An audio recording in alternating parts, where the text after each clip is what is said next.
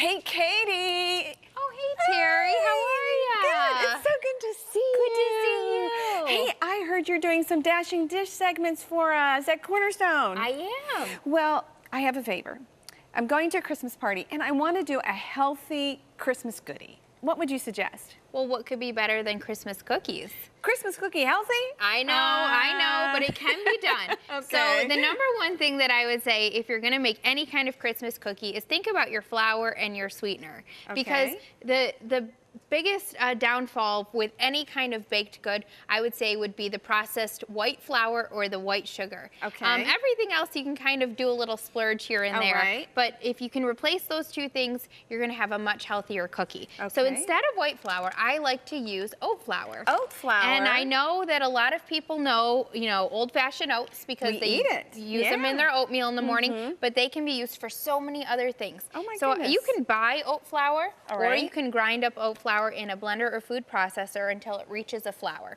You Okay. can swap oat flour out for any white flour or whole wheat even in any recipe. Is it even to even, like It 1 is. cup to 1 cup? It oh is. my goodness. So we have Okay. 3/4 cup oat flour in this bowl already, and then right. we're going to do 3/4 cup just the old-fashioned oats, because these are oatmeal cookies that we're making we today. are?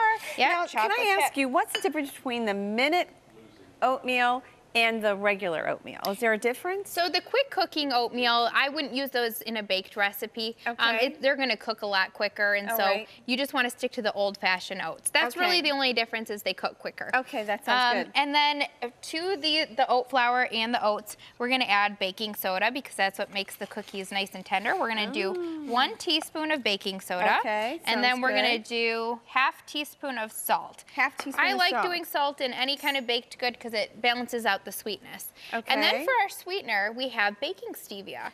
We have a ½ cup of baking stevia here. Now, do you have a certain brand that you like to use? I do. Sometimes it doesn't taste right. Right. I like using New Naturals brand or Sweet Leaf brand. But really, there's so many great options at grocery stores now. If you look at the sweeteners, that really you can kind of pick and choose, taste different ones, and see what you like. All right. That's And good to then, know. so what I do with any kind of baked good is I keep it simple. I don't do 2 bowls, wet and dry. I just put it all in one you bowl. do? And it Okay. works because I do all the dry ingredients mixed first. So we Okay. have those here, and then I add the wet to it and stir it up. You know what? That makes sense, and it saves a lot of cleanup time. That's right, less dishes. That's so right. to the dry ingredients, I'm gonna have you add 1 egg. 1 egg, okay. Now, do you have any preference on the eggs or anything like that? Well, you could always do an organic or a cage-free egg, Okay. and really that just is, preference. Okay. To me, when it comes to organic, I pick and choose. So right. like my meats, I like to do organic eggs. I like organic dairy, animal products basically. But you don't have to. It's really, whatever's in your budget. But if you can pick and choose, I would say start with animal products, organic, just because the hormones and whatnot. Okay. Well, that's one thing I love about Dashing Dish, is that you provide so many options. Yeah. That's just a great, great thing. And it's just, they're always easy to do, Katie. So thank you for doing all that. Well, thank you. Yeah, and I really try and keep it simple, even down to the things like, putting foil on a baking pan. Yeah. So you can just take it off and throw it away when you're done, less cleanup. I love that. So then to that, we're going to add 2 tablespoons of honey. Okay. You can just scrape it out with that, or we have a spatula I won't even here. use my finger. How about that? And then I will just reach over and I will grab the peanut butter, and I will, while you're stirring, measure out ½ cup of peanut butter. Okay. So the peanut butter in this recipe kind of replaces like the butter or the shortening. And you could do any kind of nut butter. And it's a lot better for you than a butter or a shortening to do a nut butter. And it does keep, and it has the flavor, and it keeps it all very moist, I bet. So these are actually more like peanut butter oatmeal cookies.